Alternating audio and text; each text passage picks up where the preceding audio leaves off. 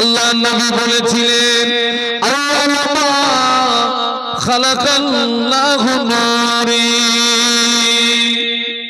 একটু বলুন সুবহানাল্লাহ। আল্লাহ রাসূল বলেছেন আল্লাহ আমার নূরকে সর্বপ্রথম সৃষ্টি করেন। আমাদের নবী নূর, কিন্তু তিনি পৃথিবীর জমিনে আসার দিক দিয়ে শেষ।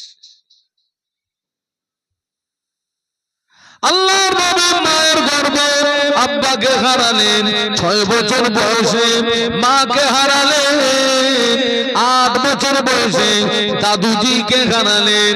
আল্লাহ নবী দেখাশোনার দায়িত্ব নিয়েছিলেন চাচা আবু তলেব। কোন চাচা? আবু তলেব। এই আবু তলেব আল্লাহ নবীকে যে ভালোবাসা দিয়েছিলেন, ওই ভালোবাসা যদি এক পাল্লা রাখা হয়, তাম পৃথিবীর মানুষ নবীকে যে ভালোবাসা দিয়েছে, ওই ভালোবাসা যদি অপর পাল্লায় রাখা হয়, এক মুহূর্তের ভিতরে আবু তলেবের নবী ভালোবাসার পাল্লাটা ভারী হয়ে যাবে। না বুঝে সুবহানাল্লাহ বলেছেন। আরেকবার বলছি, এই যে আপনারা যে সুবহানাল্লাহ বলেছেন না বুঝে, খোকা এই তোমার জন্য আমার এই ভাইদের ডিস্টার্ব হচ্ছে। বাপ দা বন্ধ করে দাও।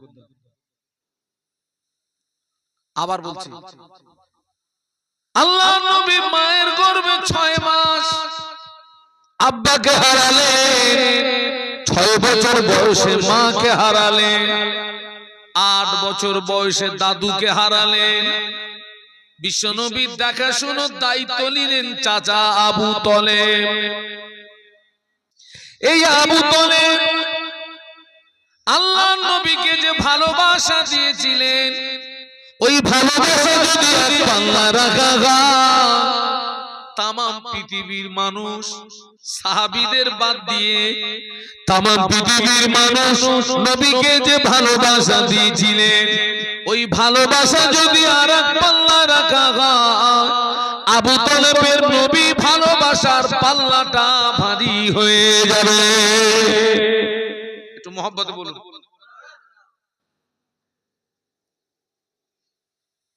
আরো কথাটাকে বোঝানোর জন্য আরো একবার বলছি, নবীর সাহাবীদের বাদ দিয়ে তামাম পৃথিবীর মানুষ নবীকে যে ভালোবাসা দিয়েছেন, ওই ভালোবাসা এক পাল্লায়। আমার দিকে তাকান। আর আবু তলেব নবীকে যে ভালোবাসা দিয়েছিলেন, ওই ভালোবাসা আর এক পাল্লায়। কোন পাল্লাটা ভারী হবে বলেছি? আবু তলেবের নবী ভালোবাসার পাল্লা ভারী হবে। ওই আবু তলেবের ব্যাপারে নবীর মনে একটা চাপা কষ্ট ছিল। বলুন তো সেটা কি? বাহ, এই যে আবু তলেব কলেমা পড়িনি, নাউজুবিল্লাহ, কেউ যদি বলেন নবীর দোষ,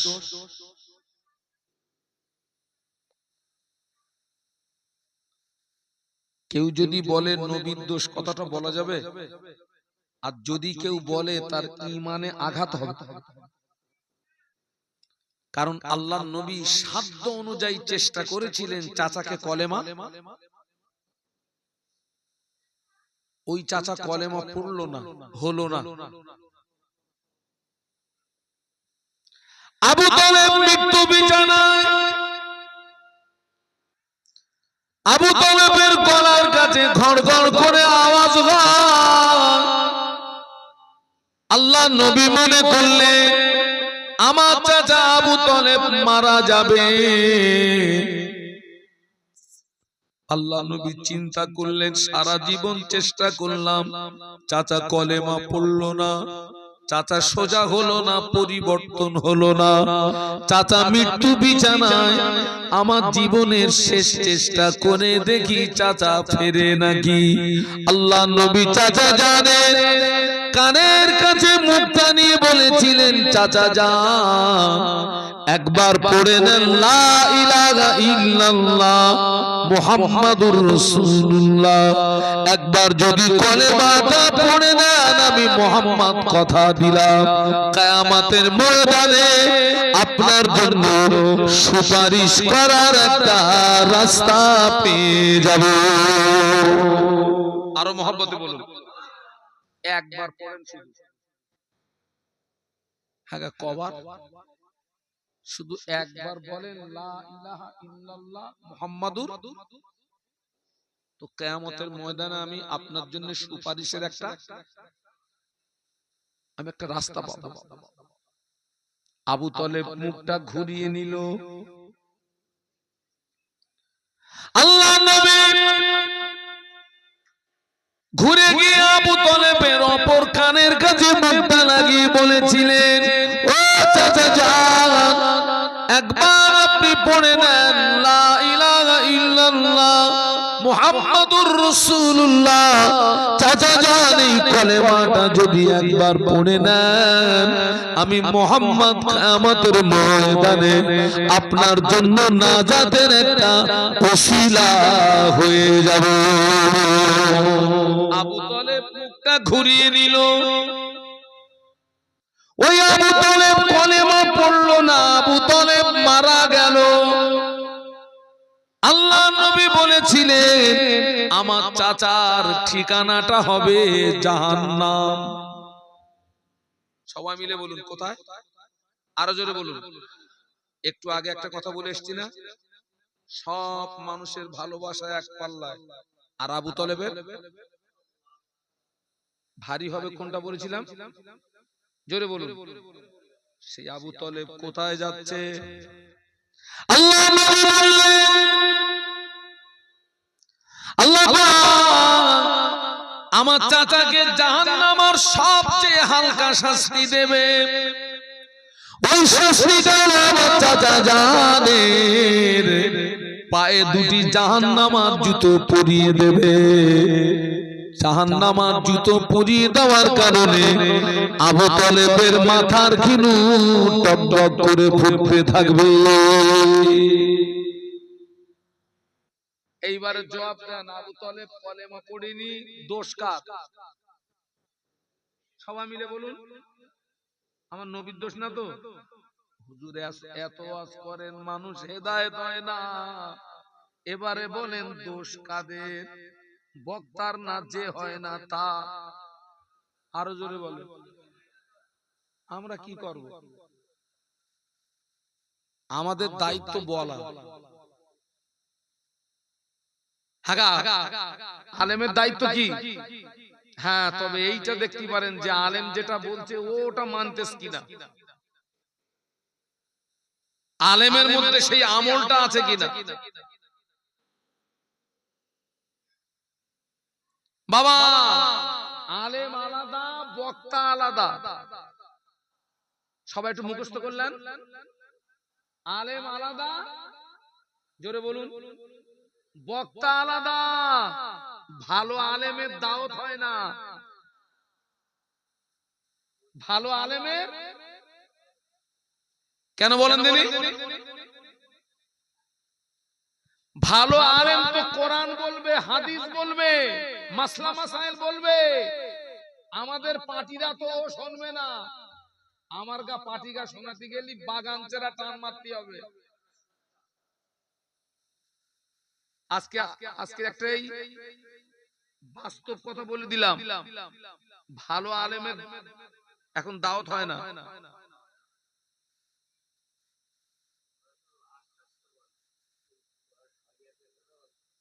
কোরআনের কথা বলবে, কোরআনের আয়াত বলবে, হাদিস বলবে, মাসলা মাসাইল বলবে।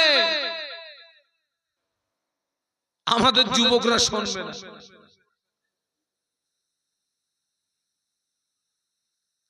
এখন আপনারা বলেন,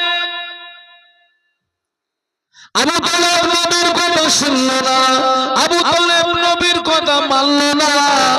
মুখ ঘুরিয়ে নেওয়ার কারণে আবু তালেবের ঠিকানা যদি জাহান্নাম হয়, আলেমের কথা যদি কেউ শুনে না মানে, আবু তালেবের মতো যদি মুখ ঘুরিয়ে নেয়, ওই ভদ্রলোকের ঠিকানাটা কোথায় হবে? আরো যদি বলুন না, ওইটা আমি বলতে পারবো না, কারণ আপনারা জানো এইটা মনে করবেন না যে ওয়াজ করা সহজ। ওয়াজ করা বিশাল কঠিন। যারা স্কুলের মাস্টার, যারা ওই মাস্টারদের ছাত্র পড়ানো সহজ, ওই তুলনায় আলেমদের বক্তাদের ওয়াজ করা হাজার গুণ কঠিন। কেন কঠিন? স্কুলে যিনি অঙ্কের মাস্টার, ছাত্র থাকে কিসের? বলুন বলুন। অঙ্কের ছাত্র। যিনি ইতিহাসের মাস্টার, ছাত্র ইতিহাস। যিনি ভূগোলের মাস্টার, ছাত্র ভূগোল। তার মানে ছাত্র সব এক ক্যাটাগরি, এক লেভেলের। আমি এই স্টেজে যতক্ষণ থাকবো আমি কিন্তু আপনাদের শিক্ষক, এটা কি মানেন নাকি? আর আপনারা আমার কি? এখানে কি সব এক ক্যাটাগরি ছাত্র? কেউ আছে 4 পাস, কেউ আছে 5 পাস, কেউ আছে মাধ্যমিক, কেউ আছে উচ্চ মাধ্যমিক, কেউ আছে এমএ, কেউ আছে বিএ, কেউ আছে নাঙ্গল পাস, কোদাল পাস, বিলসা পাস। আছে না নেই? আবু তালেব নবীর কথা মানেনি, শুনেনি, মুখ ঘুরিয়ে নেওয়ার কারণে আবু তালেবের ঠিকানা যদি জাহান্নাম হয়, আপনারা আর কেউ যদি আলেমের কথা শুনে মুখ ঘুরিয়ে নেয়, যদি না মানে, আপনারা বলেছেন ঠিকানা জাহান্নাম। এখন আমি যদি ঘুরিয়ে বলি আবু তালেব তো কলেমা পড়িনি, আর কেউ আলেমের কথা শুনে মুখ ঘুরিয়ে নিলেও কলেমা পড়েছে না পড়িনি? বলুন বলুন। আল্লাহ নবী বললেন, মান ক্বালা লা ইলাহা ইল্লাল্লাহ ফাদাখালাল জান্নাহ। যে ব্যক্তি একবার কলেমা পড়লো, ওই ব্যক্তিটা আল্লাহ পাকের দয়ার জান্নাতে প্রবেশ করবে। আরো জোরে বলুন। এই তো হেভি সহজ। বড় কলেমা ঢোকো, কথা বললেন না। হারা জান্নাত তো হেভি সহজ। নবীর হাদিস বলো এটা। এই মান ক্বালা লা ইলাহা ইল্লাল্লাহ ফাদাখালাল জান্নাহ, এটা নবীর। আল্লাহ নবী বলেছেন, যে ব্যক্তি একবার কলেমা পড়বে, ওই ব্যক্তি আল্লাহর জান্নাতে প্রবেশ করবে। এখন আপনাদেরকে জিজ্ঞাসা করছি, কলেমা শরীফের বাংলা মানে কি? এই লা ইলাহা ইল্লাল্লাহ মুহাম্মাদুর রাসূলুল্লাহ এর বাংলা মানেটা কি?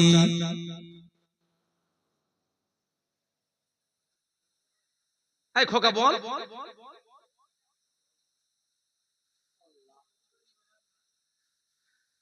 লা ইলাহা ইল্লাল্লাহ, নেই কোনো মাবুদ আল্লাহ ছাড়া, মুহাম্মাদুর রাসূলুল্লাহ, মুহাম্মদ সাল্লাল্লাহু আলাইহি ওয়াসাল্লাম আল্লাহর প্রেরিত পয়গম্বর। সুবহানাল্লাহ বলুন। এই তো কলেমার বাংলা মানে নাকি? একটু কথা বলেন। হ্যাঁ, আর নবী বলেছেন কলেমা পড়লে জান্নাতে প্রবেশ করবে। এখন এই যে কলেমার বাংলা মানে বলেছি, কলেমার ভিতরে নামাজ পড়তে হবে লেখা নেই, আছে?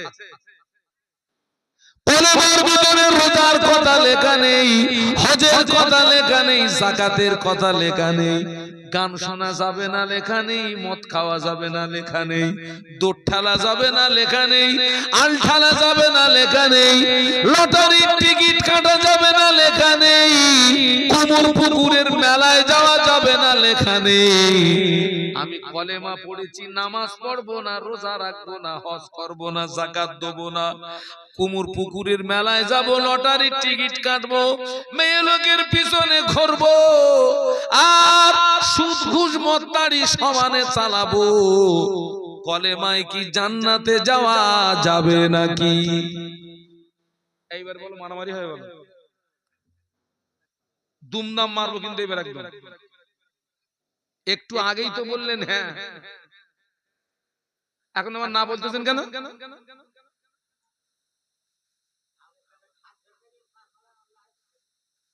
একজন বলছে হুজুর কলেমার ভিতরে তো নামাজের কথা লেখা নেই, ওই জন্য পড়িনি। কলেমার ভিতরে রোজার কথা লেখা নেই, ওই জন্য রোজা রাখিনি। কলেমার ভিতরে গান শোনা যাবে না লেখা নেই, ওই জন্য জনমে শোনা শুনি।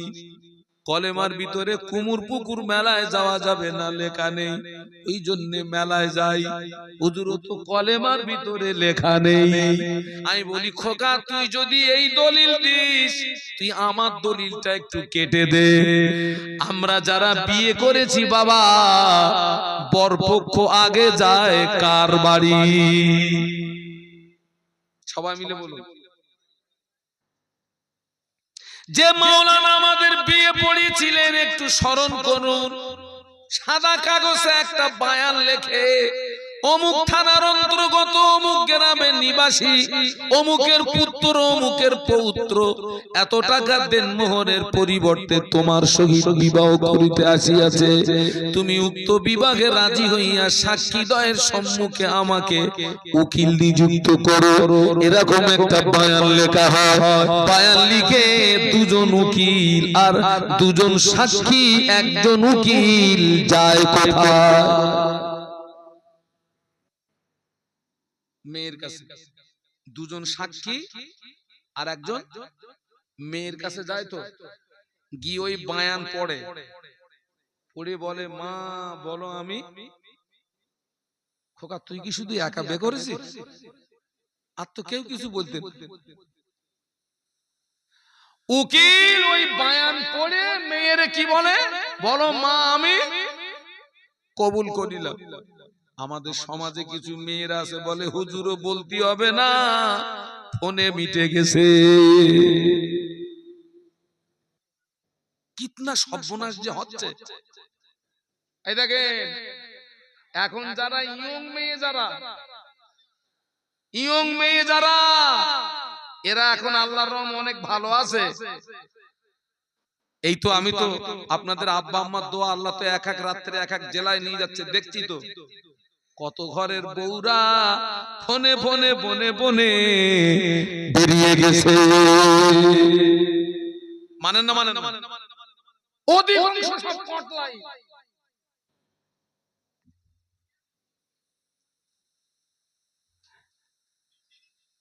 কিছু কিছু মেয়েরা আবার ফোঁস করে কাঁদে, পিছন দিক দিয়ে ভাবিরা ঠেলা মারে, একবার কবুল বল। ও একটু কান্নাকাটি করে বলে আমি কবুল করিলাম। কথাটা বলে নেওয়া হয় কবার? 3 বার। একবার বললে যথেষ্ট, 3 বার বলে আত্মতুষ্টির জন্য। মেয়ে বলল কবুল করিলাম, ছেলে আসে, চলে আসে ছেলের কাছে এসে উকিলের হাতে আর বরের হাতে এরকম জোড়া লাগিয়ে দিয়ে বলা হয় চোখে চোখে তাকাও। এবারে ইমাম সাহেব উকিলকে বলে বলো আনকাতুকা মিম মুআক্কিলাতি আল মুসাম্মাদ ফাতেমা খাতুন বিনতে আব্দুস সালাম বিনতে ইবনে আব্দুর রহিম বেবাজি সাদাকিল মালুম। ছেলেকে বলছে বলো কাবিল তু। ছেলে বলে দিলে কাবিল তু। বিয়ে কমপ্লিট, বাড়ি এসছে। 1 সপ্তাহ পরে ছেলেটা মেয়েকে কাছে ডেকে বলছে শোনো আমি তোমাকে বিয়ে করেছি, তুমি কি জানো? এই কথাটা বলছে কদিন পর? 1 সপ্তাহ পর। মেয়েটা চিন্তা করতেছে আল্লাহ এ কি পাগল টাগল নাকি? 1 সপ্তাহ হয়ে গেল, আবার বলছে আমি তোমাকে বিয়ে করেছি, তুমি জানো? মেয়েটা বলছে হ্যাঁ আমি জানি, তুমি আমার স্বামী। মেয়েটা বলছে শোনো শুধু জানলে হবে না, আজকে থেকে তোমাকে কিছু দায়িত্বের কথা বলছি। আজকে থেকে আমার বাড়ির ভাত রান্না করা, তরকারি রান্না করা, গরু ছাগলের বোনের সেবা যত্ন করা, আমার আব্বা মায়ের সেবা যত্ন করা, আর আমার যে কত যত্ন করতে হবে তার ঠিক নেই, দায়িত্ব সব তোমার। মেয়েটা বলছে তা হবে না। বলে কেন হবে না? বলে যে তিনজনকে দিয়ে একটা বায়ান আমাকে শোনানো হয়েছিল, ওই বর্ণনার ভিতরে তো এই কথাগুলো লেখা ছিল না। বাবা আপনার কথা বুঝতে পারতেছেন নাকি? মেয়ে ঠিক বলতেছে না ভুল বলতেছে? এই তোর খেদমত করতে হবে, তোর 14 পুরুষের খেদমত করতে হবে, সেদিন বলিসনি কেন? সেদিন আমি ভেবে চিন্তে দেখতাম তোর মতন মদ্দা লোকের কবুল বলতাম কিনা। তুই আজকে শর্ত লাগাচ্ছিস তোর বাপের খেদমত করতে হবে, তোর মার খেদমত করতে হবে, গরু ছাগলের খেদমত করতে হবে, জনমের রান্না করতে হবে। পারলাম না। ওই বর্ণনার ভিতরে এই কথাগুলো লেখা নেই বলে ওই ভদ্র মহিলা ওই দায়িত্বগুলো যদি মেনে না নেন, ওই ভদ্র মহিলা নসিবে কোনো স্বামী জুটবে নাকি? জোরে বলুন, আরো জোরে বলুন। ঠিক ততই বছর কলেমার ভিতরে নামাজের কথা লেখা নেই, রোজার কথা লেখা নেই, হজের কথা লেখা নেই, যাকাতের কথা লেখা নেই, সুদ ঘুষ মত্তানির কথা লেখা নাই।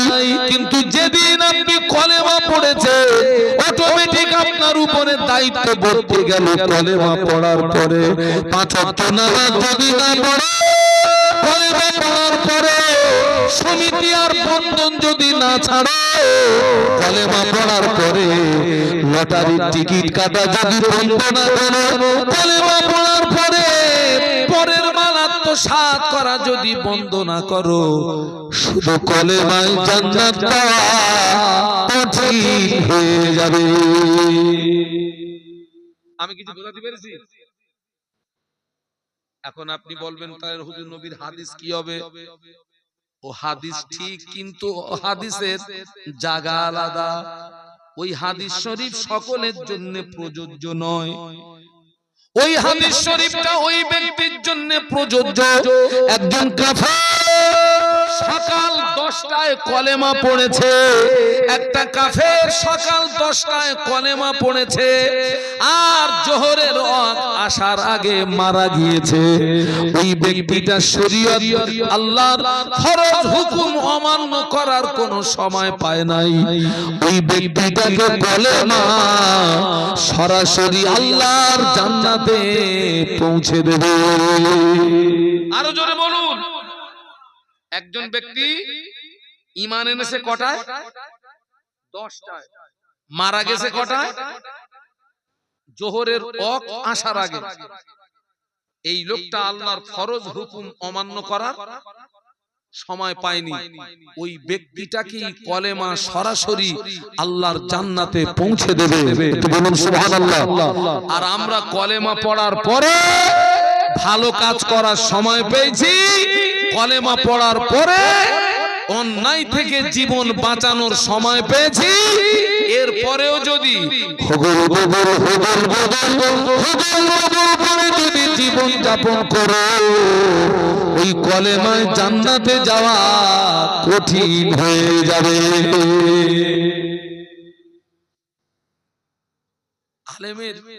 আলেমের কার ক্ষমতা আছে আপনাকে হেদায়েত করে দেবে? বক্তার কার ক্ষমতা আছে আপনাকে হেদায়েত করে দেবে? কোন ইমামের ক্ষমতা আছে আপনাকে হেদায়েত করে দেবে? তবে যে ব্যক্তি হেদায়েত পাওয়ার মন তৈরি করে, আল্লাহ পাক ওই ব্যক্তিকে হেদায়েত নসিব করে। একটু জোরে বলুন, আরো জোরে বলুন। যে ব্যক্তি হেদায়েত পাওয়ার মন তৈরি করবে, আল্লাহ পাক ওই ব্যক্তিকে হেদায়েত দান করবে। বাবা অস্ত ক্যাপসুল না ট্যাবলেটও না যে হুজুররা আপনাদের বলবে এই সব হাঁ করো দিনি, সব গিল গেদে বাড়ি যাবো আজ। এ অস্ত গেলানো জিনিস না, এ মানার জিনিস।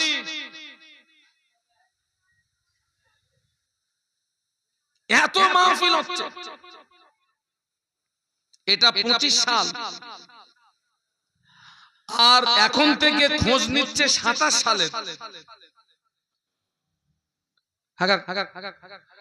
কত সাল বলেছি এটা?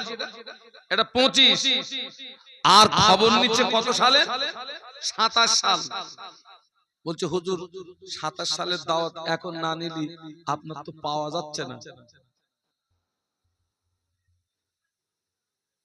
কিন্তু খবর নিয়ে দেখা যাচ্ছে যে ছেলেটা 27 সালের জন্য হুজুর খুঁজতেছে, খবর নিয়ে দেখা যাচ্ছে ও নামাজ পড়ে না। লাভ না লস? বলুন। এই যে মাহফিল হচ্ছে,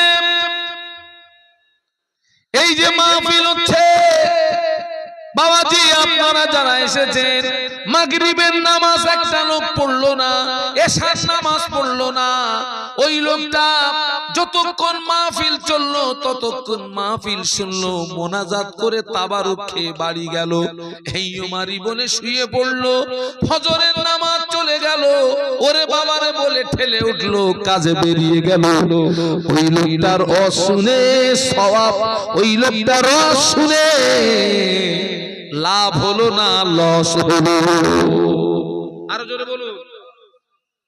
আমি দৃষ্টান্তটা এইভাবে দেই, ওর 1 টাকা হারিয়ে গেছে, 5 টাকার মোমবাতি কিনে খুঁজতেছে। খোকা হারিয়ে গেছে কত? মোমবাতির দাম। তুই বেরেলে ঘুমুস কি করি? এত তেজালো বেরেল, তুই ঘুমুস কি করে?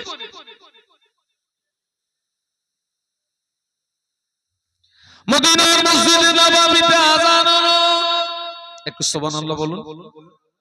মদিনার মসজিদে নববী শরীফে আযান হলো, মদিনার মসজিদে নববীর মুয়াজ্জিন হাফসি বেলাল মদিনার মসজিদে নববীতে আযান দিয়েছেন। হাফসি বেলালের আযানের আওয়াজ আল্লাহ পাকের আরশে মুআল্লাতে পৌঁছে যেত। একটু জোরে বল না বাবা। আযান হয়ে গেছে, সাহাবীরা সব মসজিদে চলে এসেছে, আল্লাহর নবী মসজিদে আসেন নাই, অসুস্থ। আল্লাহর নবী উঠে দাঁড়ানোর মতো ক্ষমতা নেই। সব সাহাবীরা মসজিদে এসেছে, আল্লাহর নবী আসেন। আল্লাহ নবী সাহাবীরা মসজিদে এসেছেন 10 মিনিট, 20 মিনিট, আধা ঘন্টা বিশ্ব নবীর জন্য অপেক্ষা করলেন। আল্লাহ নবী আসলেন না, সাহাবীরা এসেছেন কিন্তু নামাজ শুরু করতে পারলেন না। হাফসি বেলাল রাদিয়াল্লাহু আনহু আল্লাহ নবীর হুজরা শরীফের ভিতরে চলে গেলেন। আল্লাহ নবীর হুজরা শরীফের ভিতরে গিয়ে সালাম দিয়ে বললেন, ইয়া রাসূলুল্লাহ, মানুষেরা নামাজের জন্য অপেক্ষা করছে। আল্লাহ নবী বললেন, বেলাল চলে যাও, মুর আবু বকরিন ফালিউসাল্লি বিন-নাস, আমার আবু বকরকে গিয়ে বলো, আমার আবু বকর যেন মানুষের নামাজটাকে পড়িয়ে দেয়, আমি আল্লাহর নবী যেতে পারবো না। আমি খুব অসুস্থ বাবা, আবু বকরকে গিয়ে বলো নামাজটা পড়িয়ে দিতে বলো না। কথাটা শুনতে পেয়েছেন আম্মা আয়েশা, যিনি বিশ্বনবীর ছোট বিবি, আমাদের ছোট আম্মা, আবু বকর সিদ্দিক রাদিয়াল্লাহু আনহুর কন্যা। আয়েশা সিদ্দিকা রাদিয়াল্লাহু তাআলা আনহা আল্লাহর নবীর নূরের চেহারা দিকে চেয়ে বলেছিলেন, ইয়া রাসূলুল্লাহ, হাবিবাল্লাহ, আমার আব্বাকে ইমামতির জায়গায় দাঁড় করাবেন না। আমার আব্বা জানের মনটা বড় নরম, আমার আব্বা জানের অন্তরটা বড় নরম, আমার আব্বাকে ইমামতির জায়গায় দাঁড় করিয়ে দিলে আমার আব্বা কেঁদে ফেলবে। হুজুর, এই দায়িত্বটা আপনার, অন্য কোন সাহসী সাহাবীকে দিন। আল্লাহ নবী আবার বললেন, চলে যাও, আমার আবু বকরকে গিয়ে বলো, আমার আবু বকর যেন মানুষের নামাজটা পড়িয়ে দেয়। আল্লাহর নবীর অনুমতিতে আবু বকর সিদ্দিক রাদিয়াল্লাহু আনহুর ইমামতিতে মদিনার মসজিদে নববীতে নামাজ শুরু হলো। যখনই নামাজ নামাজ শুরু হলো আল্লাহ নবী ঘরের ভিতরে আর থাকতে পারছেন না আল্লাহ নবী অস্থির হয়ে পড়েছেন ব্যাকুল হয়ে পড়েছে আল্লাহ নবী দুইজন সাহাবীকে ডাকলেন ও বাবা আলী বাবা আব্বাস আমার হুজরাতে আসো দুইজন সাহাবী আল্লাহ নবীর হুজরা শরীফের ভিতরে যেই না আসলেন আল্লাহ নবী দুই সাহাবীর কাঁধের উপরে ভার করে আল্লাহ নবী মসজিদে আসছিলেন আল্লাহ নবী এত দুর্বল সাহাবীদের কাঁধের উপরে ভার করার পরে আল্লাহ নবীর কাঁধ মোবারক দুটি জমিনে ঘেঁষে নিয়ে যাচ্ছিল ওই অবস্থায় নবী মসজিদে আসলে সাহাবীরা আল্লাহ নবীকে দেখতে পেয়ে কোন সাহাবী নামাজের ভিতর থেকে সুবহানাল্লাহ বললেন আলহামদুলিল্লাহ বললেন আল্লাহু আকবার বললেন আবু বকর সিদ্দিক রাদিয়াল্লাহু আনহু বুঝতে পেরেছেন নবী মসজিদে চলে এসেছেন আল্লাহ নবীকে সাহাবীরা আগিয়ে দিলেন আবু বকর সিদ্দিক রাদিয়াল্লাহু আনহু ইমামতির জায়গা থেকে পিছিয়ে আসলেন আল্লাহর নবী অসুস্থ শরীরে শুধু নামাজ পড়েন না আল্লাহ নবী সাহাবীদেরকে নিয়ে মদিনার মসজিদে নববী শরীফে বসে বসে বসে বসে সাহাবীদেরকে নিয়ে নামাজের ইমামতি করেছিলেন আর একটু জোরে বল না বাবা আরো মহব্বতে বলো আমি একজন উম্মত হিসাবে নবীর ওই চরিত্রটা আদর্শটা আমার মধ্যে থাকার দরকার আছে না নেই বলুন ওটা নেই ব্যানার নিয়ে ঘুরতেছি কি নিয়ে ঘুরতেছি আই লাভ মুহাম্মদ সাল্লাল্লাহু আলাইহি ওয়াসাল্লাম ব্যানারে চালাচ্ছে নামাজ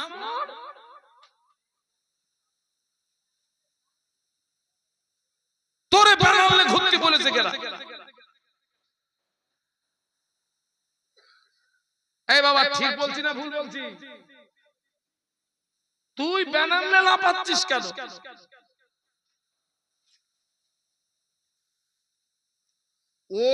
ওই ব্যানার নিয়ে নামাজ বাদ দিয়ে ইবাদত আমল বাদ দিয়ে ওই ব্যানার নিয়ে যদি লাপাস তুই নবী পাবি নাজাত পাবি নবীর সুপারিশ পাবি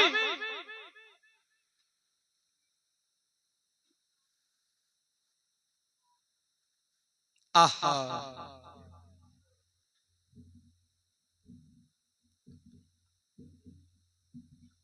ওই অসুস্থতার পিরিয়ডে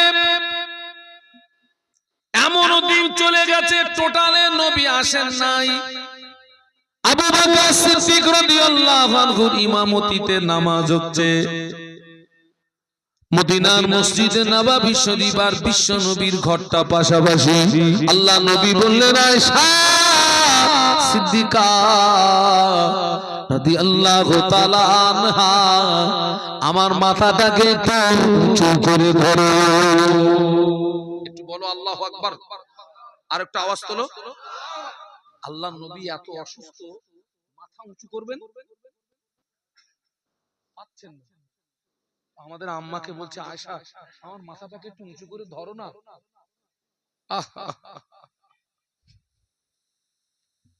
আয়েশা আমার মাথাটাকে একটু উঁচু করে ধরো না আয়েশা সিদ্দিকা রাদিয়াল্লাহু তাআলা আনহা আল্লাহ নবীর মাথা মোবারক যেই না উঁচু করে ধরেছেন ঘরের পর্দাটাকে সরিয়ে দেওয়া হলো আল্লাহ নবী সাহাবীদের নামাজের দিকে চেয়ে আল্লাহ নবীর নূরের চোখ দিয়ে ধারদার করে পানি গড়িয়ে যাচ্ছে আম্মা জান বললেন ইয়া রাসূলুল্লাহ মা ইউবকিকা কোন দুঃখে আপনি কাঁদছেন কোন কষ্টে আপনি কাঁদছেন আল্লাহ নবী বললেন আয়েশা আজকের কান্নাটা আমার দুঃখের কান্না নয় আজকের কান্নাটা আমার বেদনার কান্না নয় আমি রাসূলুল্লাহ আজকের মসজিদে নাই আমার সাহাবীরা যে নামাজ আদায় করছে এই নামাজকে কায়েম করতে গিয়ে তায়েফের মাটিতে আমাকে রক্ত দিতে হলো আমার দান শহীদ হলো তায়েফের মাটিতে আমাকে রক্ত দিতে হলো আমার দান শহীদ হলো মক্কার কাফেররা আমার মাথায় পচা উটের ভুঁড়ি চাপিয়ে ওরা আমাকে মারার চেষ্টা করেছিল আয়েশা, মক্কার কাফেররা আমার গলায় দড়ির ফাঁসি পরিয়ে টানাটানি করেছিল। ও আয়েশা, আমি রাসূলুল্লাহ আজকের মসজিদে নাই, আমার সাহাবীরা যেভাবে নামাজ আদায় করছে, ভবিষ্যতের একটা ছবি আমার সামনে ফুটে উঠলো, ভবিষ্যতের একটা চিত্র আমার সামনে ফুটে উঠলো। আমি রাসূলুল্লাহ একদিন পৃথিবীর জমিনে থাকবো না, আমার উম্মতেরা এইভাবে নামাজ আদায় করবে, ওই আনন্দে আমার চোখের পানি গড়িয়ে যায়। আয়েশা, আজকের কান্নাটা আমার দুঃখের কান্না নয়, আজকের কান্নাটা আমার বেদনার কান্না নয়, আজকের কান্নাটা হলো আমার আনন্দেরই কান্না। আমি আনন্দে কাঁদছি, আমি আনন্দে কাঁদছি। ও ছেলেরা, একটু ভাবতে হবে, আমরা যদি আমাদের নেক্সট আমাদের কি বলে পূর্বপুরুষ যারা দাদার আমল থেকে যদি ধরি, অনেকে দাদা কবরে চলে গেছে, দাদিমা কবরে চলে গেছে, নানা কবরে চলে গেছে, নানিমা কবরে চলে গেছে, আব্বা কবরে চলে গেছে, মা কবরে চলে গেছে, অনেক বন্ধু বান্ধব কবরে। আমরা একদিন মরবো না মরবো না, আমরা একদিন কবরে যাব না যাব না, কি নিয়ে যাব? যারা হসপাকে যায়, মক্কা মদিনার কাজ কমপ্লিট করে ফিরে আসতে 40 থেকে 45 দিনের মতো সময় লাগে। একজন হাজী সাহেবকে 40 দিন 45 দিনে সফর করতে গিয়ে 6 মাস আগ থেকে রেডি হতে হয়। মাস সফর কত দিনের? 40-45 দিন।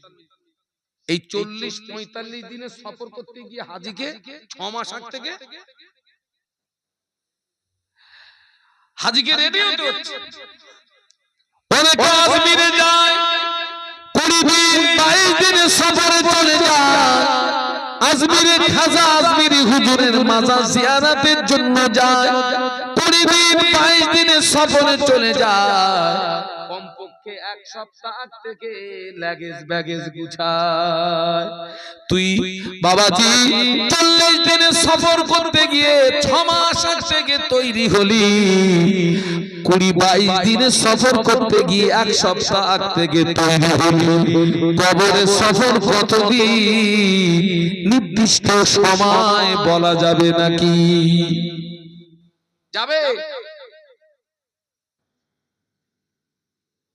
কোটি কোটি বছর পেরিয়ে যাবে, কোটি কোটি বছর, কোটি কোটি বছর। কোন একটা যুদ্ধের ময়দানে আল্লাহর নবী আলী কাররামাল্লাহু ওয়াজহাহু উরুতের উপরে মাথা দিয়ে শুয়ে পড়েছেন। আল্লাহর নবী আসরের নামাজ পড়ে নিয়েছেন। আলী কাররামাল্লাহু ওয়াজহাহু আসরের নামাজ পড়া হয় না। আল্লাহর নবী আলী কাররামাল্লাহু ওয়াজহাহু কোলে মাথা দিয়ে শুয়ে পড়েছেন। বাবা সূর্য ঢলতে ঢলতে ঢলতে ঢলতে মাগরিবের রক্তের দিকে চলে যাচ্ছে, আলী হুজুরের নামাজ পড়া হয়নি। হঠাৎ মনে পড়ে গেল, আল্লাহ আমার তো নামাজ পড়া হয়নি, এখন তো নামাজ পড়তে গেলে নবীকে ডাকতে হবে। বাবাজি নবী ঘুমিয়ে আছে, ঘুমান্ত নবীকে ডাকা যাবে নাকি? বলুন বলুন, যাবে? আবার চিন্তা করছে, নবীকে যদি না ডাকি নামাজ কাজা হয়ে যাবে। কি কাজা হবে? চিন্তা করতে, নামাজ যদি কাজা হয়, আল্লাহর কোন বান্দা, আল্লাহর কোন বান্দি ইচ্ছা করে যদি 1 ওয়াক্ত নামাজ কাজা করে, কত? একটু জোরে বলুন। 1 ওয়াক্ত নামাজ যদি কাজা করে, আল্লাহ পাক ওই ব্যক্তিকে 2,88,00,000 বছর জাহান্নামার আগুনে ফেলে পোড়াবে। কতদিন না 2 লক্ষ বলেন তো, 2 কোটি 88 অক্ত, 1 অক্ত, 1 অক্ত যদি এই হয়, আমাদের সমাজে এমন মুসলমান আছে 30 বছর নামাজ পড়িনি, আছে না নেই? কথা বলে না, আছে। তাহলে 1 অক্ত যদি ওই হয়, 30 বছরে মামুর বাড়ি কতদিন থাকতে হবে? এই খোকা হিসাব বলতে পারবি?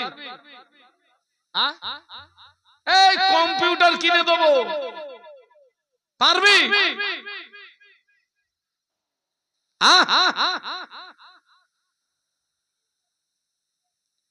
আলী কাররামাল্লাহু ওয়াজহাহু জাহান্নামের কথা মনে পড়ে গেল।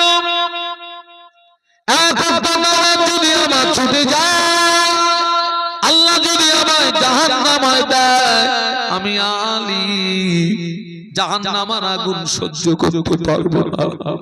জাহান্নামের কথা মনে করে চোখ দিয়ে টপ টপ করে পানি গড়িয়ে যায়। অটোমেটিক সূর্য মাগরিবে রক্তে চলে গেছে। হুজুরের চোখের পানিতে আল্লাহ নবীর ঘুম ভেঙে গেল। কাঁদো কেন বাবা? ইয়া রাসূলুল্লাহ, আমার আসরের নামাজ কাজা হয়ে গেছে, জাহান্নামের কথা মনে পড়ে গিয়েছে। বাবা আলী, নামাজটা তোমার কাজা হলো কেন? হুজুর, আপনি আমার কোলে মাথা দিয়ে শুয়েছিলেন। ও বাবা আলী, আমাকে ডাকনি কেন?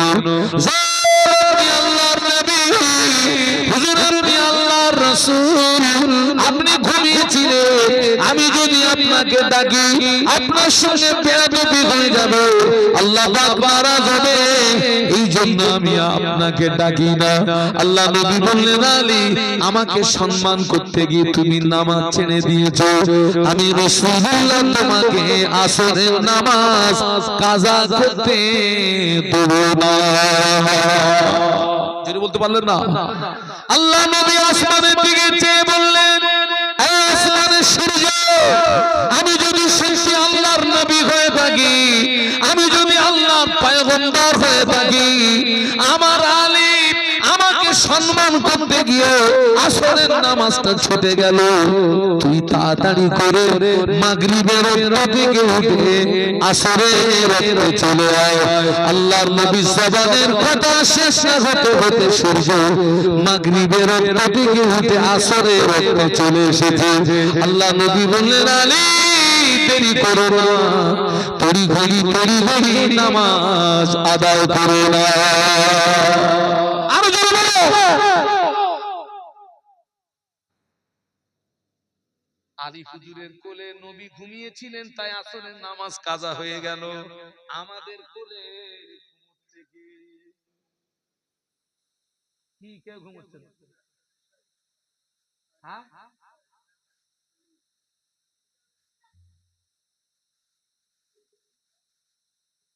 বাবা আমি ওয়াজ করি, আপনারা নিশ্চয়ই ইউটিউব দেখেন। এখন তো কিছু কিছু বক্তা যা আলতো ফালতো আপনারা আলোচনা করছে, যাতে সাধারণ মানুষ বিগড়িয়ে যাচ্ছে। কি করব, কোন দিকে যাব? ডাইনে যাব না বাঁয়ে যাব? পিছনে যাব না সোজা যাব? কিন্তু আমি স্টেজে আল্লাহ আমাকে যতটুকু জ্ঞান দিয়েছেন, আমি আলতু ফালতু কথা বলি না। আমি এমন দুটো কথা বলার চেষ্টা করি,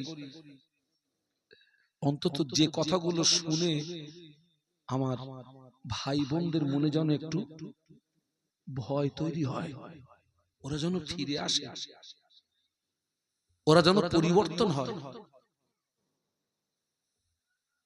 ওরা যেন ফিরে আসে।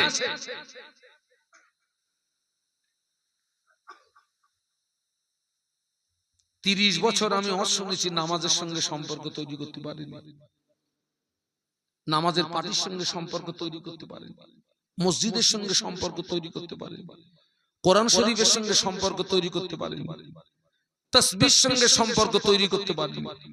তা কি তুমি করেছো? কি কি তুমি হিসাব দেবে? সমাজে অনেক মুসলমান আছে সারা বছরে দুদিনের বেশি নামাজ পড়ে না। আছে না নেই? ও ছেলে একটু কথা বলো, কোন নামাজ? তাই বলতেছে হুজুর, তাই ওই দুটো ঈদের নামাজ পড়ে তাই বলতেছে হুজুর জান্নাত নিয়ে উঠতে পারবো না। আচ্ছা ওর কি কম মারের দরকার? ওর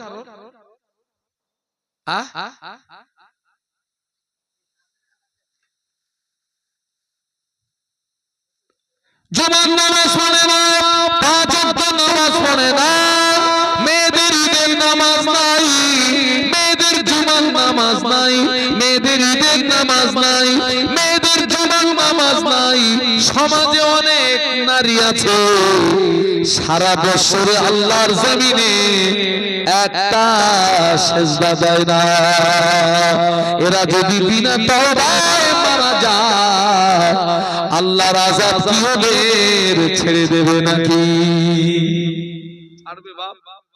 যদি তোদের কাছে কোনো গ্যারান্টি কার্ড থাকে তা বল, দূর করে ওয়াজ করা বন্ধ করে দেই।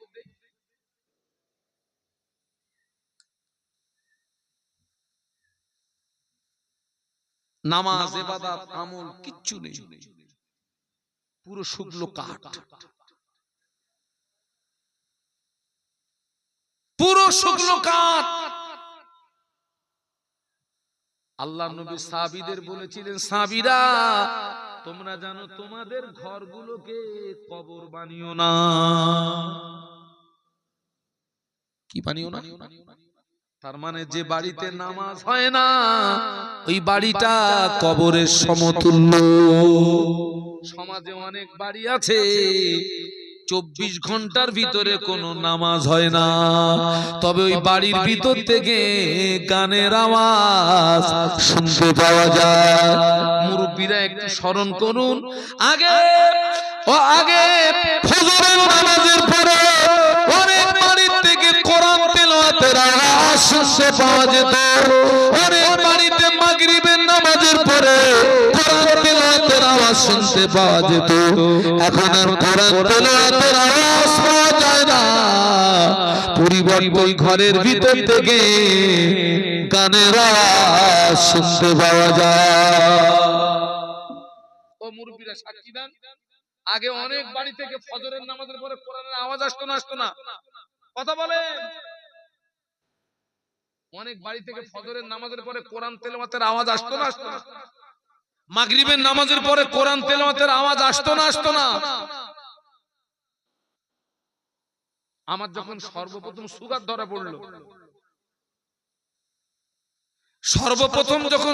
ধরা পড়লো, আমাকে ডাক্তার বলল 8 কিলোমিটার করে রাস্তা হাঁটতে হবে, সকালে 4, বৈকালে 4। এখন ওই সর্বপ্রথম আপনার সুগার তো ভয় এসে গেছে একটা, তো ওই প্রত্যেকদিন 8 কিলোমিটার করে রাস্তা হাঁটতে লাগলাম। সর্বপ্রথম যখন ফজরের নামাজ পড়ে যখন বের হইছি, আসসালামু আলাইকুম, আসসালামু আলাইকুম, মানে আমার তো কোন হাঁটতে দেখে না তো রাস্তাই পাবে, যে যা দেখতেছে সালাম দিচ্ছে আর বলতেছে হুজুর আমার গাড়িতে ওঠেন, ও বলতেছে হুজুর আমার গাড়িতে ওঠেন। তোর হুজুর যে কোন জ্বালায় ছুটতেছে, আমি বলি খোকা আমি গাড়িতে উঠবো না, সাইকেলে উঠবো না, তুই তোর কাজে যা, তোর হুজুর জ্বালায় হাঁটতেছে। তো মোটামুটি 2-3 দিন পরে মোটামুটি লোকজন বুঝে গেছে যে লোক। তো যাই হোক, কথাটা এই জন্য বললাম, আমি যে রাস্তা দিয়ে ফজরের নামাজের পরে হাঁটতে যেতাম ওই রাস্তায় দেখি একজন ব্যক্তি প্রত্যেক দিন, আমি সাক্ষী দিচ্ছি সেই লোকটা কবরে চলে গেছে, আল্লাহ পাকের হাজী বান্দা, ওই ঘরের ভিতর থেকে সূরা ইয়াসিন, সূরা রহমান, আপনার সূরা ওয়াকিয়া, সূরা মুলক, এই কোরআন তেলাওয়াতের আওয়াজ আমি প্রত্যেক দিন শুনতে পেয়েছি। সেই মানুষটা কবরে চলে গেছে, আর সেই ঘরের ভিতর থেকে কোরআন তেলাওয়াতের আওয়াজ আর পাইনি।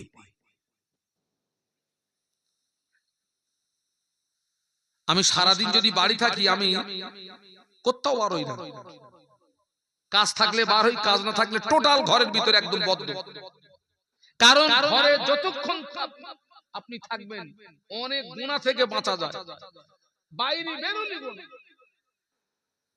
তো কোন একদিন মাগরিবের নামাজের পরে একটু প্রয়োজন পড়লো গ্রামের ভিতরে ঢুকতে হবে একটু একটা কাজে। তো আল্লাহ গ্রামের ভিতরে ঢুকে দেখি মানে চারিদিক দিয়ে দুমদাম দুমদাম আওয়াজ হচ্ছে। সব কিসের আওয়াজ বলেন জানি? পুরো গ্রামটা যেন মানে কি একটা আপনার বিধি খিস্তি বাবা। কোরআন তেলাওয়াত উঠে গেছে, যে বাড়িতে নামাজ হয়, যে বাড়িতে কোরআন তেলাওয়াত হয়, যে বাড়িতে তাসবিহ তেলাওয়াত হয়, যে বাড়িতে জিকির আজকার হয়, ওই বাড়িটা আল্লাহর আসমান থেকে রহমত বরকত নাজিল হয়। যে বাড়িতে নামাজ হয়, কোরআন তেলাওয়াত হয়, জিকির হয়, তাসবিহ তেলাওয়াত হয়, ওই বাড়িটা আল্লাহর আসমান থেকে রহমত বরকত নাজিল হয়। যে বাড়িতে নামাজ হয় না, কোরআন তেলাওয়াত হয় না, তাসবিহ তেলাওয়াত হয় না, জিকির হয় না, ওই বাড়িটায় রহমত বরকত আসে না। একটু খবর নিয়ে দেখেন আমাদের অধিকাংশ ঘর থেকে বরকত উঠে গেছে। ঠিক বলেছি না ভুল বলেছি? অধিকাংশ ঘর থেকে কি উঠে গেছে? বরকত উঠে গেছে। ঘোড়ার ডিম হাজার হাজার টাকা আয় করতেছি, কুল দেওয়া যাচ্ছে না। বলছে হুজুর এত টাকা আয় করতেছি, টাকা দেখতে পাচ্ছি না। বাস্তব বলছি না বাস্তব বলছি? এত আয় করতেছি, টাকা দেখতে পাচ্ছি না, তোর বরকত উঠে গেছে। কি দেখবি তুই? আগে আমাদের বাপ চাচারা 100 টাকা নিয়ে বাজারে গেছে, থলে চাগিয়ে বাড়ি আনতে পারেনি। আর এখন ঘোড়ার ডিম 2000 টাকা নিয়ে থলে নিয়ে বাজার যাচ্ছি, থলে ভরে না। 2000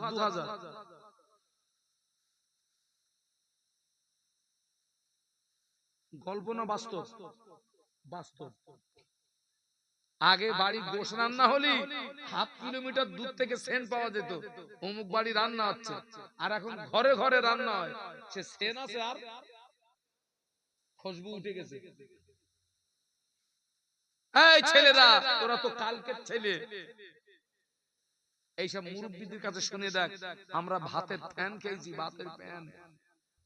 ও মুরব্বীরা খেয়েছেন তো ভাতের ফ্যান? ওই তোগা এখানে তালপুকুরের যে সবচেয়ে ভালো মিষ্টির দোকান, ওই দোকানে যে দই আছে ঘোড়ার ডিমের দইও, ওই দইয়ের চেয়ে সেই ফ্যানের মজা বেশি ছিল, টেস্ট বেশি ছিল, স্বাদ বেশি ছিল। এখন আর ফ্যান জমে? মাল জমতে না। কি করে জমবে?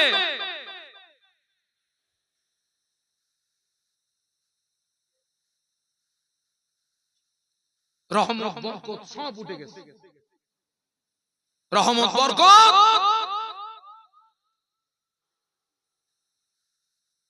সব উঠে গেছে।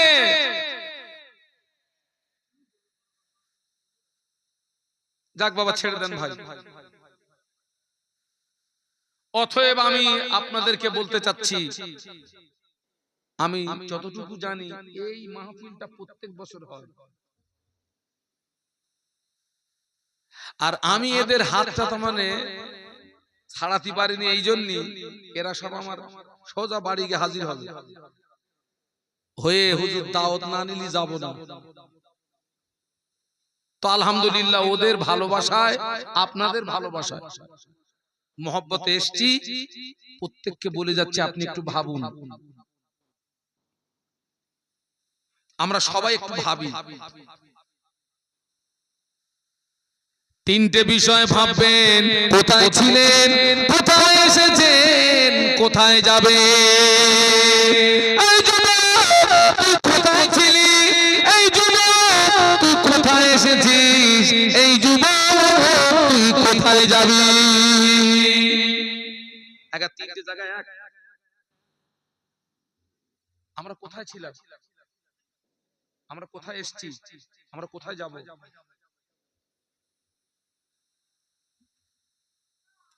আল্লাহ চায় না আমার বান্দা জাহান্নামে যাক।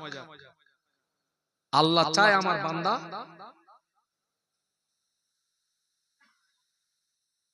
আল্লাহ চায় না আমার বান্দা জাহান্নামে যাক। আল্লাহ চায় আমার বান্দা জান্নাতে পৌঁছে যাক। বলুন সুবহানাল্লাহ। বান্দা জাহান্নামে যায় নিজের ইচ্ছায়। কার ইচ্ছায়? নিজের ইচ্ছায়।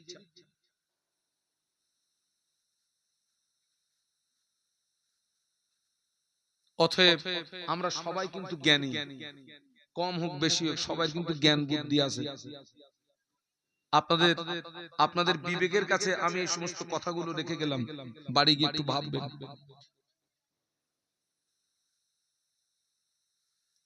আপনি নামাজ পড়বেন, বিবিকে নামাজের কথা বলবেন, ছেলেকে নামাজের কথা বলবেন, মেয়েকে নামাজের কথা বলবেন। আর বাড়ি যদি বউকে নামাজের কথা বলবে, তুমি নামাজ পড়বে, বিবিকে নামাজি করাবে, ছেলেকে নামাজের কথা বলবে, মেয়েকে নামাজের কথা বলবে, বউকে নামাজের কথা বলবে। ফজরের আযান হয়ে গেল, জোহরের আযান হয়ে গেল, আসরের আযান হয়ে গেল, মাগরিবের আযান হয়ে গেল, এশার আযান হয়ে গেল। যে বাড়িতে বাপ নামাজে দাঁড়িয়ে যায়, মা নামাজে দাঁড়িয়ে যায়, ছেলে নামাজে দাঁড়িয়ে যায়, মেয়ে নামাজে দাঁড়িয়ে যায়, ওই বাড়িটাতে আল্লাহর আসমান থেকে রহমত নাযিল হয়। সেই জন্য কিছু কিছু নামাজ বাড়িতে পড়তে হয়।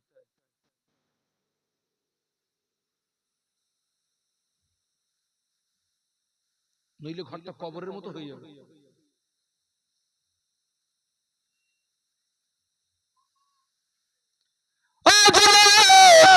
ফজরের নামাজ পড়ছো, ফজরের নামাজ পড়ে অনিচ্ছা সত্ত্বে একটা সাগীরা গুনাহ করে ফেলেছো। কি গুনাহ?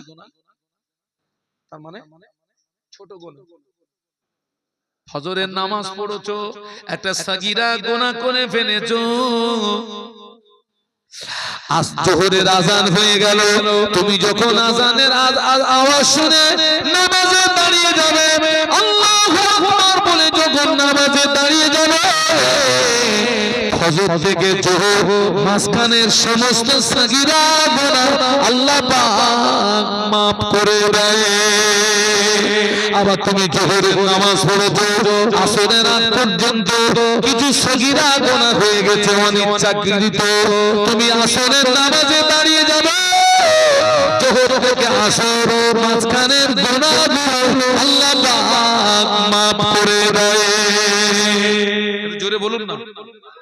হাদিস শরীফ এসেছে, এক নামাজ থেকে আরেক নামাজ, এক রোজা থেকে আরেক রোজা, এক জুমা থেকে আরেক জুমা, মাঝখানের সমস্ত সাগীরা গুনাহ আল্লাহ পাক maaf করে দেয়। আল্লাহ maaf করে দেয়। এখনো পর্যন্ত যারা আমরা কি বলে নামাজ থেকে দূরে, ইবাদত থেকে দূরে, আমল থেকে দূরে, আমি তাদেরকে বলছি, আর তুমি সময় নষ্ট করো না, আর তুমি জেগে ঘুমিও না, কারণ জেগে ঘুমানোর সময় আর নেই। এবার একটু জাগো, এবার একটু ওঠো। এই খিদিরপুরের মা বোনদের বলছি, মায়েরা,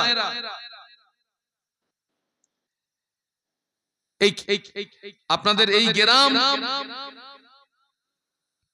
গরিবের সংখ্যা বেশি, ধনীর সংখ্যা কম। একজন স্কুলের মাস্টার নামাজ পড়বে ফজরের নামাজ, আর একটা গরিব খেটে খাওয়া মানুষ ও ফজরের নামাজ পড়বে, দুজন একই নামাজ দুজন পড়বে, আল্লাহ পাক ওই ধনীর চেয়ে আল্লাহ গরিবের সওয়াবটা বেশি দেবে। কেন? যে মাস্টার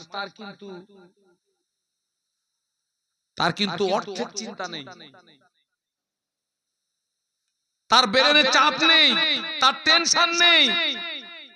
আপনি গরিব, আপনার টেনশন আছে, ব্রেনে চাপ আছে, অর্থ নেই, এর ভিতর দিয়েও আপনি আল্লাহ বলেননি, আপনি আল্লাহকে স্মরণ করছেন, আল্লাহ খুশি হয়ে যায়। সেই জন্য তো বলা হয়েছে ধনী ব্যক্তির 500 বছর আগে একটা গরিব আল্লাহর জান্নাতে পৌঁছে যাবে। একটু মহব্বতে বলুন, আপনার ধনী ব্যক্তির কত বছর আগে?